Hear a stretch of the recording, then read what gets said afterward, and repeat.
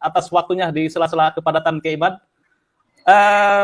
Kiai Imad mungkin tadi malam menyimak, tetapi ada beberapa hal tentang kitab Abnaul Imam. Versi Kiai Imad itu kan sudah masyhur bahwa kitab itu adalah palsu itu aja kalau istilah Kiai Imad. Kemudian kata Kiai Tengku Qori itu adalah asli, dan justru Kiai Imad yang memberikan sebuah fatwa palsu itu menjadi tidak ilmiah. Ini silakan mungkin dari summary yang bisa Kiai sampaikan. Baik, Mas Yusuf, Dr. Haji Ribut Muda, Dr. Kiai Ubedillah Tamam. Assalamualaikum warahmatullahi wabarakatuh. Assalamualaikum. Tadi pemaparan dari Dr. Kiai Ubedillah dan Dr. Ribut, dan terakhir itu Dr. Ribut mengatakan kalau tersambung ya tersambung, kalau putus ya putus. Sebenarnya kan itu sudah qat'i, putusnya itu sudah qat'i dengan adanya tes DNA yang sudah dapat kita akses bersama, baik melalui kajian dari Dr. Sugeng Sugiarto maupun dari jurnal-jurnal ilmiah yang ada di dunia maya yang bisa kita akses melalui portal-portal ilmiah yang kita bisa saksikan, kita bisa baca dari hasil karya Closop, Michael Hammer, dan lain sebagainya, bahwa keturunan Nabi Muhammad SAW itu sudah dikaji dan disimpulkan harus berhaplogrup C1. Sementara Balawi ini G. Artinya mereka bukan sebagai keturunan baginda Nabi, mereka juga bukan keturunan Nabi Ibrahim. Nah, itu sebenarnya dari situlah kita harus pertama kali mengkaji dari nasab Balawi sebenarnya. Sebenarnya Dr. Ribut, Dr. Kiai Ubed, ini nasab Balawi sudah tidak layak masuk dalam kajian historis, sudah tidak layak masuk dalam kajian filologis, sudah tidak layak masuk dalam kajian ilmu nasab. Kenapa? Karena secara genetika mereka sudah qat'iyyud dilalah, bukan sebagai orang Arab, bukan sebagai keturunan Bani Hashim, bukan keturunan Ibrahim. Bagaimana mereka itu bisa menjadi keturunan Nabi Muhammad, sedangkan keturunan Bani Hashim aja bukan, keturunan Nabi Ibrahim saja bukan. Tetapi diskursus ini harus terus menjadi perhatian publik. Maka pengamat-pengamat yang ahli dalam bidang metodologi seperti Dr. Kiai Ubed, Dr. Ribut, ini penting untuk terus mencerahkan kepada publik bahwa dengan terus kita suarakan, terus kita bahas, maka akan semakin banyak masyarakat yang tercerahkan. Termasuk adanya fenomena Tengku Qori balik badan, itu merupakan sebuah kudratullah, bahwa isu nasab ini akan terus menarik untuk dikaji. Kemarin kita lihat betapa menariknya diskusi antara seorang ilmuwan Nahdlatul Ulama dari Pulau Sumatera dengan juga seorang pengkaji pembela nasab Balawi yang berasal juga dari Pulau Sumatera. Jadi semalam itu adalah dua ilmuwan dari Pulau Sumatera, yang satu dari Jawa Barat, itu sibuk main HP kata para komentator itu, sehingga dua singa dari Sumatera ini bertarung seperti dibiarkan saja gitu semalam itu. Ini banyak komentar-komentar seperti itu. Nah, apa yang bisa saya berikan garis bawah dari diskusi semalam antara Dr. Ribut Nurhuda dengan Tengku Qori, yaitu narasi Tengku Qori tentang Abnaul Imam seperti yang disinggung oleh Mas Yusuf tadi, bahwa Tengku Qori sekarang ini kembali untuk mempermasalahkan kitab Abnaul Imam. Karena memang jika kajiannya adalah kajian historis, kajian adalah kajian naskah, maka Ba'lawi ini tidak mungkin lagi bisa ditolong kecuali hanya dengan narasi-narasi falasi, dengan adanya manipulasi data dan sebagainya. Nah, kitab Abnaul Imam ini termasuk dalam kategori beberapa manipulasi data yang telah dilakukan Balawi. Jadi ada yang namanya disebut dalam istilah ilmu sastra Arab itu disebut dengan kitabatun manhulah. Jadi tulisan-tulisan yang palsu, yaitu nisbatul kitabah ila ghairi katibihi li gharadin. Jadi adanya sebuah tulisan yang dinisbatkan kepada bukan penulisnya li gharadin, untuk suatu tujuan. Nah, selain kitab Abnaul Imam, itu sudah ada beberapa kitab yang dipalsukan oleh penulis-penulis Balawi. Seperti kitab Ar-Raudul Jali yang dinisbatkan kepada Murtada Az-Zabidi, seorang ulama besar. Ya, pada tahun 1205 Hijriah beliau wafat. Kemudian Hasan Muhammad Qasim dari Mesir diminta oleh seorang Balawi yang ada di Mesir untuk menciptakan sebuah kitab palsu yang di situ menyebut nama Ubaidillah atau Abdullah. Kemudian ditulislah kitab Ar-Raudul Jali itu, kemudian disubstitusikan sebagai karya daripada Imam Murtada Az-Zabidi. Dan itu sudah diteliti oleh pakar filolog dari Yaman, yaitu Abu Bakar Badib yang merupakan pembela Balawi juga. Tetapi ketika Abu Bakar Badib ini memberikan kata sambutan di dalam tahqiqnya dalam kitab Ar-Raudul Jali itu, beliau jujur mengatakan bahwa kitab ini sangat sulit untuk dinisbatkan kepada Murtada Az-Zabidi. Kenapa? Badib mengatakan sangat sulit karena dia pendukung Balawi.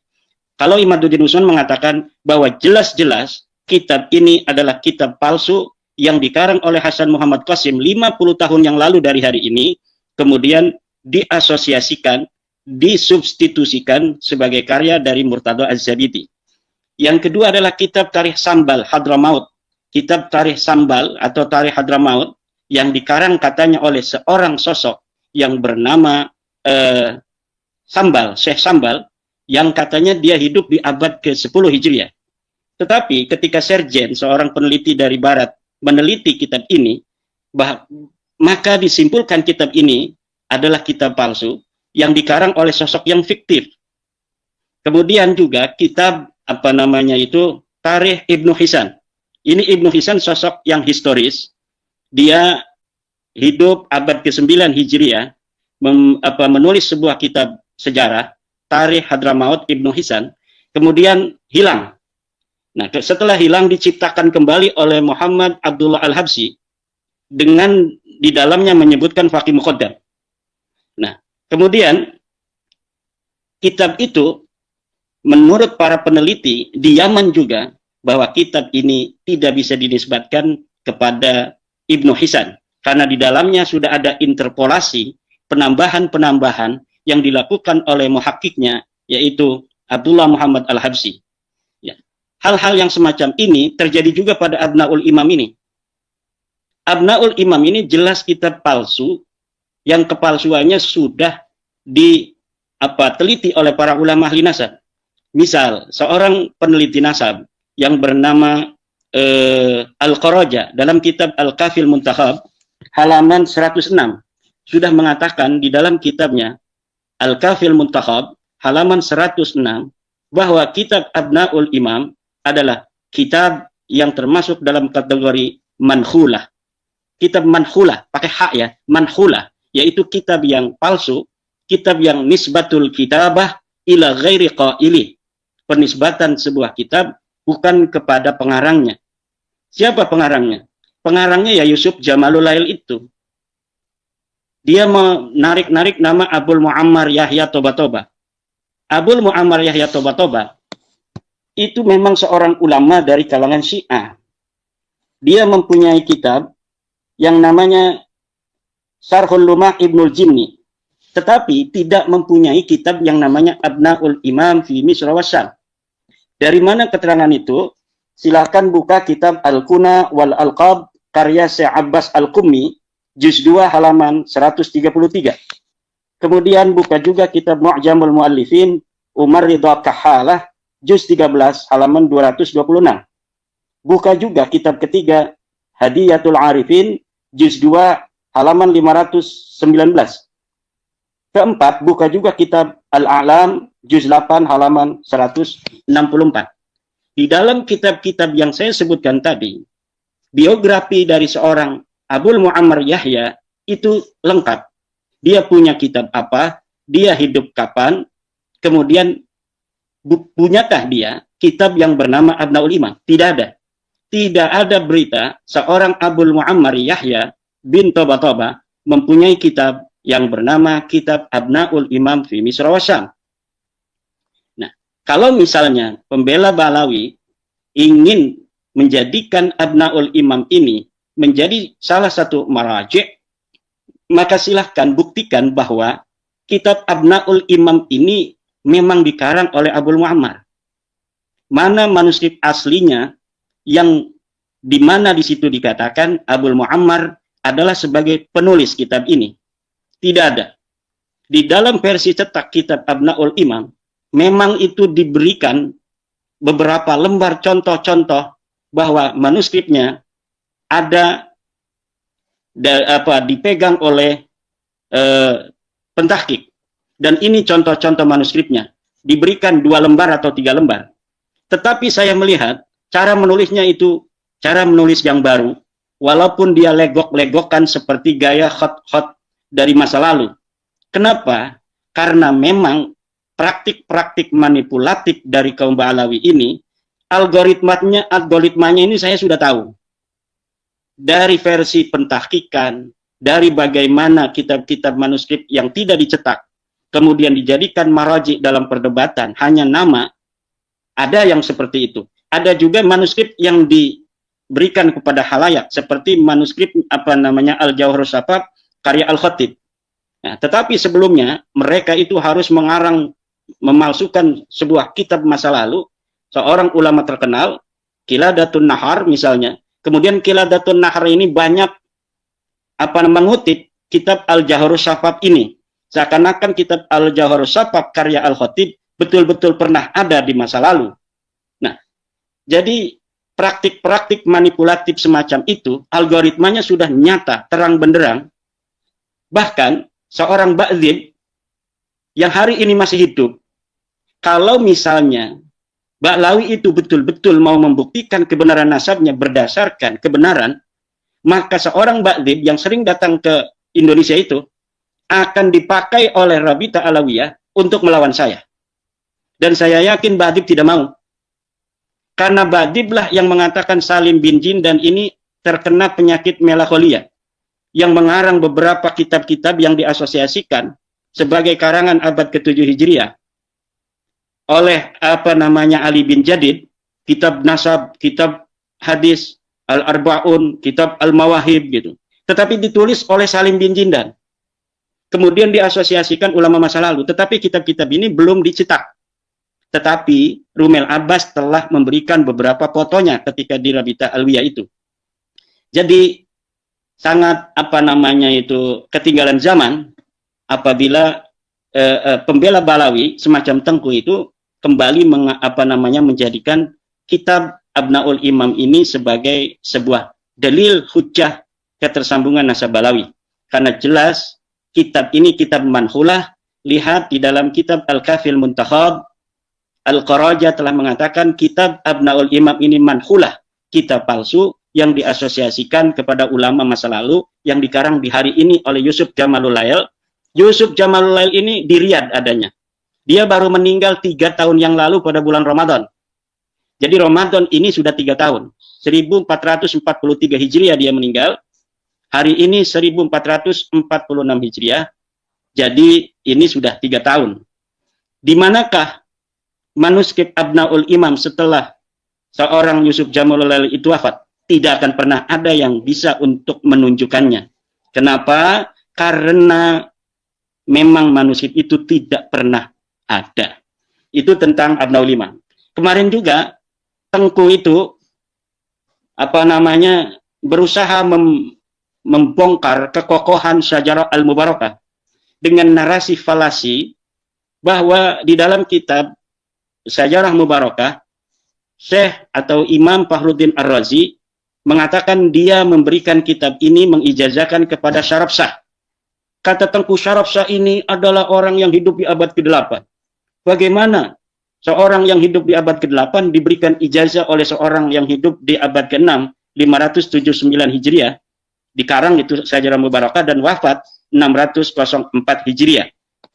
Nah, ini adalah narasi falasi yang coba untuk mempengaruhi publik untuk meruntuhkan kekokohan Sajarah Al-Mubarakah. Bahwa seakan-akan Sajarah Mubarakah ini adalah kitab abad ke-8 atau ke-9. Seperti Rumel Abbas juga mengatakan bahwa kitab Sajarah Mubarakah ini adalah kitab karya Ibnu Inabah. Nah, itu adalah sebuah upaya-upaya, sisa-sisa kekuatan untuk memberikan hiburan, memberi hiburan kepada Balawi dan kepada kibin-kibin Balawi itu agar mereka tidak terlalu terluka. Jadi Rumel Tengku ini mau membunuh dengan pelan-pelan gitu, jangan sep gitu mati, itu nggak lucu gitu. Saya sering mengatakan mereka ini orang-orang yang kejam, orang yang memberi harapan, tetapi mereka tidak menyelami psikologi manusia.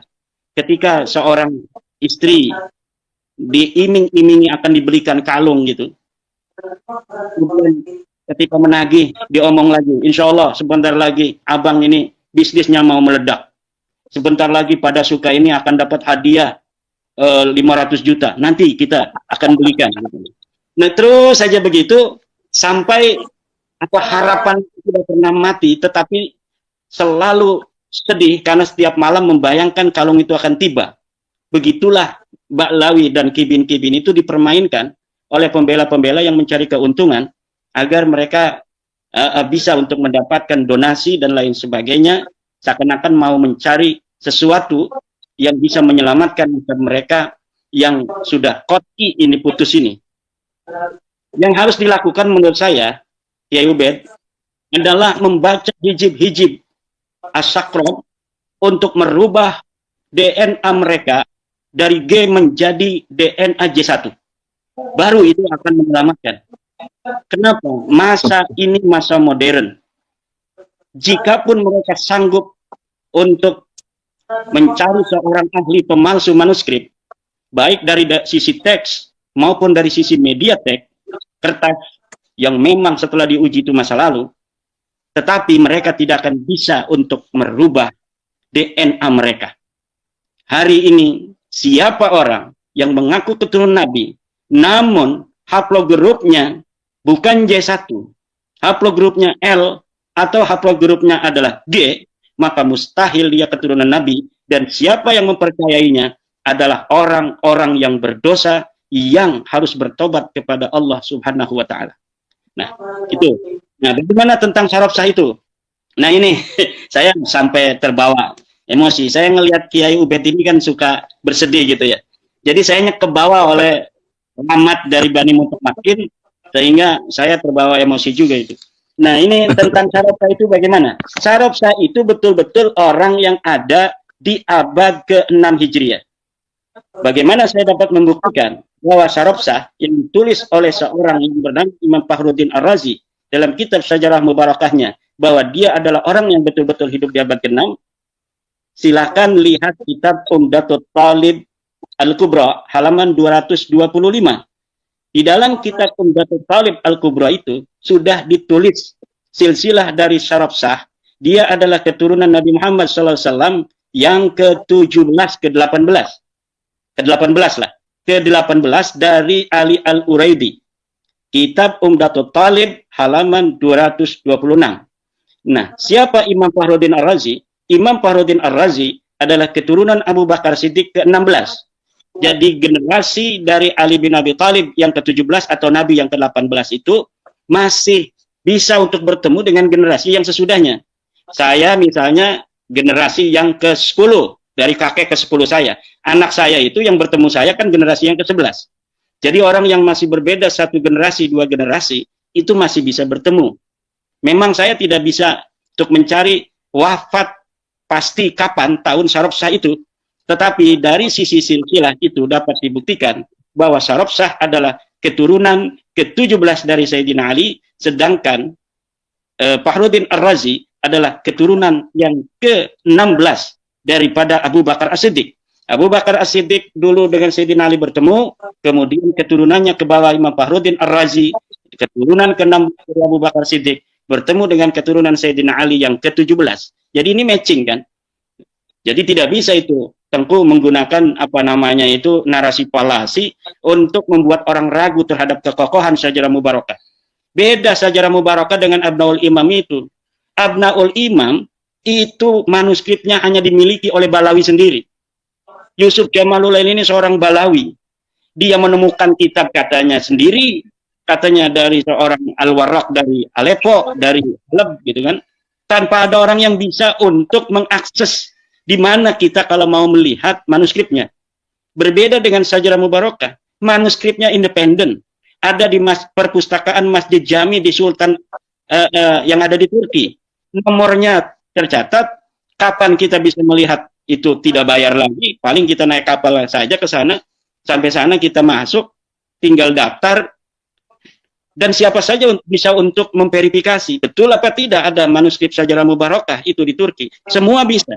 Kalau Abnaul Imam ini tidak bisa, karena ini kitab palsu, kitab yang betul-betul palsu. Dan saya kalau mau menulis kepalsuan-kepalsuan Balawi, kebohongan-kebohongannya, kedustaan-kedustaannya, itu mungkin tidak cukup 700 halaman seperti dalam ulama Nusantara menggugat nasab palsu. Kita membutuhkan 2000 halaman untuk memberitahu kepada masyarakat tentang bagaimana algoritma kepalsuan yang dibikin oleh Balawi dalam naskah-naskah mereka. Jadi betul-betul kalau misalnya kita ini mau apa namanya berpikir sedikit saja, mau membaca saja, kemudian memverifikasinya, baca misalnya kitab saya atau buku saya, kemudian memverifikasi sendiri. Ini omongan-omongan Kiai Imad ini betul enggak? Seperti yang tadi saya sebutkan itu. Umdatul Talib halaman 226, di situ ada nasab syarab sah. Kemudian bisa untuk diteliti oleh kiai-kiai. Abul Muammar tidak mempunyai kitab Abnaul Imam, bisa diteliti. Silahkan buka dalam kitab Al-Kuna wal Alqab, kemudian dalam kitab Mu'jamul Mu'allifin, Hadiyatul Arifin, dalam kitab Al-A'lam Az-Zarkali, dan lain sebagainya. Bahwa Abul Muammar Toba-Toba ini betul-betul tidak mempunyai kitab Abnaul Imam fi Misra wa Syam. Ini kitab palsu, nggak ada sama sekali. Dia diambil dari ruang hampa. Nama-nama ulama seperti Ibnu Sodaqo Al-Halabi, Al-Warraq, kemudian As-Saparayini, Al-Maqdisi, semuanya hanya diambil namanya tanpa ada ikut campur dengan urusan pemalsuan manuskrip itu. Nah, jika apa namanya itu ingin membantah, maka pembela nasab Balawi harus menghadirkan manuskrip di mana Abnaul Imam itu dicetak. Jadi dia harus mengambil manuskripnya. Ini manuskripnya sesuai dengan versi cetaknya. Kalau tidak seperti itu, maka narasi dari Al-Qaraja, seorang ahli nasab yang telah mengarang kitab Al-Kafil Mutakhab, bahwa itu kitab manhulah, kitab palsu, betul. Bahwa Imaduddin Utsman yang mengatakan Abdul Imam adalah kitab kreasi manipulatif dari Balawi, betul. Sebelum ada yang mengatakan sebaliknya. Ya, demikian. Dan sebenarnya banyak sekali bagaimana kita bisa membuktikan Syajarah Mubarakah adalah kitab yang ada di abad ke-6 Hijriah, dan bahwa pengarangnya adalah seorang yang bernama Imam Fakhruddin Ar-Razi, seorang ahli sunnah wal jamaah dari madhab Syafi'i dan akidah ahli sunnah wal jamaah. Mungkin ini perlu dielaborasi oleh Kiai Dr. Ubed ini. Sementara demikian dari saya, Mas Yusuf. Dr. Ribut, terima kasih. Kemarin luar biasa ini, Dr. Ribut, untuk mengimbangi narasi palasi dari seorang Tengku Qori. Terima kasih. Iya, ini menarik tadi malam Dr. Ribut dengan Tengku Qori. Tetapi ini yang menarik tadi malam bahwa ada 102 kitab untuk merungkatkan tesisnya Kiai Imad. Ini bagaimana Kiai Imad? Dan juga Kiai Imad harus mempertanggungjawabkan mana ini manuskrip aslinya ini. Manuskrip aslinya Abnaul Imam itu Kiai Imad harus menghadirkan. Lah, nggak bisa saya menghadirkan. Dia yang mencetak dari ruang hampa, dia yang harus menghadirkan. Kita ini membaca orang yang hidup di tahun 2021 kan, itu Yusuf Jamaluddin itu hidupnya 2021, meninggal baru dia itu. Kemudian mengaku menemukan kitab yang namanya Abnaul Imam dari ruang hampa tanpa menghadirkan manuskripnya. Kemudian diasosiasikan ulama yang ada di abad ke-5 yang namanya Yahya Abul Muammar. Toba 478 Hijriah, yang harus memberikan bukti bahwa dia mencetak itu berdasarkan sebuah manuskrip itu dia, bukan saya. Mana itu Yusuf Jamulail? Kalau udah meninggal, kan dia udah meninggal, diberitakan di internet. Mungkin ada anaknya, mungkin ada muridnya. Kan Jamulail di Indonesia juga ada. Silakan itu Jamulail yang ada di Indonesia. Bel itu keluarga Yusuf Jamulail yang ada di Riyadh. Mana manuskrip Abnaul Imam? Kita serahkan, kita tunjukkan kepada Kiai Imam. Kita akan lihat bersama-sama itu manuskripnya. Saya yakin tidak ada manuskripnya, kecuali malam ini dia dengarkan saya ngomong ini, mulai ditulis itu. Kan ada kitabnya tuh sekarang cetakannya. Ditulis versi tulisan tangannya, kemudian dikucek-kucek pakai kopi, seperti beberapa kejadian yang telah terjadi dengan kitab-kitab yang dicetak juga oleh Balawi seperti itu. Al-Jauhar Safaf itu yang dikatakan karya Al-Khatib 850 Hijriah, itu baru ditulis manuskripnya 40 tahun yang lalu. Kemudian diasosiasikan punya Al-Khatib yang ada di 850 Hijriah meninggal. Ini juga sama. Tetapi kalau Abnaul Imam ini mereka belum punya versi tulis tangannya mereka itu. Nggak sempat kali, nggak ada yang seperti 20 tahun lalu ada yang suka nulis. Sekarang ini kan orang-orang lagi menikmati keenakan mereka sebagai cucu Nabi yang sekarang jadi mantan cucu Nabi itu. Tidak ada yang sempat nulis. Bahkan dia bayar itu ke pendukung-pendukung untuk mendukung dan lain sebagainya. Tetapi mungkin belum ada yang sempat nulis manuskrip palsu itu. Oke. Nah, mengenai kitab, nanti katanya kitabnya Tengku ada 100 berapa? 102 kitab untuk mempertahankan 102 kitab. Ba'alawi Itu dan salah. siap 7 hari 7 malam Itu diskusi ya, Pak. dengan Hanif Alatas yang ada 180 kitab. Hanif Alatas itu 180 kitab. Tengku itu 102 kitab, masih kalah itu. Kalau dia ada kitab abad ke-5, ke-6, ke-7, semalam itu sudah dikatakan kepada Dr. Ribut. Tetapi kenapa tidak mengatakannya? Karena hanya Abnaul Imam yang dia punya kitab palsu itu. Kenapa misalnya sebenarnya saya ini dilarang oleh banyak teman-teman untuk menanggapi Tengku Qori. Tetapi saya kira kalau tidak ditanggapi itu nanti masyarakat awam itu akan mengira apa yang dinarasikan Tengku itu betul gitu. Nah, sekarang ini saya sudah mengatakannya dan silahkan diverifikasi semua orang yang bisa baca kitab. Kemudian apa yang telah saya sampaikan tadi dilihat kitabnya, oh ternyata betul. Apa-apa yang telah saya sampaikan bahwa satu Abnaul Imam adalah kitab palsu, bukan hanya saya yang mengatakannya, tapi juga seorang ahli nasab Al-Qaraja dalam kitabnya Al-Kafil Muntakhab halaman 106. Kemudian bahwa Syaraf Shah ini adalah orang yang ada di abad ke-6 dalam kitab Pendapat Talib halaman 225. Itu kan narasi yang paling hebat kemarin, yang disampaikan Tengku, yang dia yang sudah persiapan itu menanyakan pada Dr. Ribut. Dr. Ribut tidak persiapan tentang hal-hal yang seperti itu. Walaupun seorang dokter yang cerdas, Dr. Ribut, tapi kalau memang tidak pernah membaca hal itu, ya coba mana kamu, nggak bisa. Nah, itu tidak menunjukkan bahwa Dr. Ribut itu kemarin itu kalah atau Dr. Ribut itu tidak mengerti. Tetapi memang cara berdebat itu, maka kata saya, dalam masalah nasab, kita bukan mencari siapa yang menang dalam berdebat, tetapi siapa yang dalilnya kuat. Makanya saya wanti-wanti di dalam masalah nasab, karena ini ya ta'allaku bil masail ad-diniyah, ini bukan ifhamul khasmi. Kita bagaimana cara untuk menundukkan lawan berdebat, tetapi dapat menunjukkan mana dalilnya. Kenapa? Nanti ini akan berkonsekuensi tentang pahala dan dosa, tentang neraka dan surga. Ini jangan berani-berani kita hanya ingin bisa menang dalam sebuah forum debat, kemudian mengabaikan keilmuan itu.